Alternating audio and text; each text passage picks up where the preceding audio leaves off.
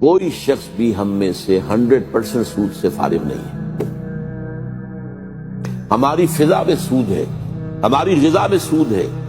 जो गंदम का दाना हमारे अंदर जाता है उसके अंदर सूद शामिल है। उसके लिए बीज खरीदा गया था सूदी कर्जे पर, उसके लिए खाद ली गई थी सूदी कर्जे पर, उसके लिए अगर ट्रैक्टर लिया गया था सूदी कर्जे पर, एक दाने में सूद है।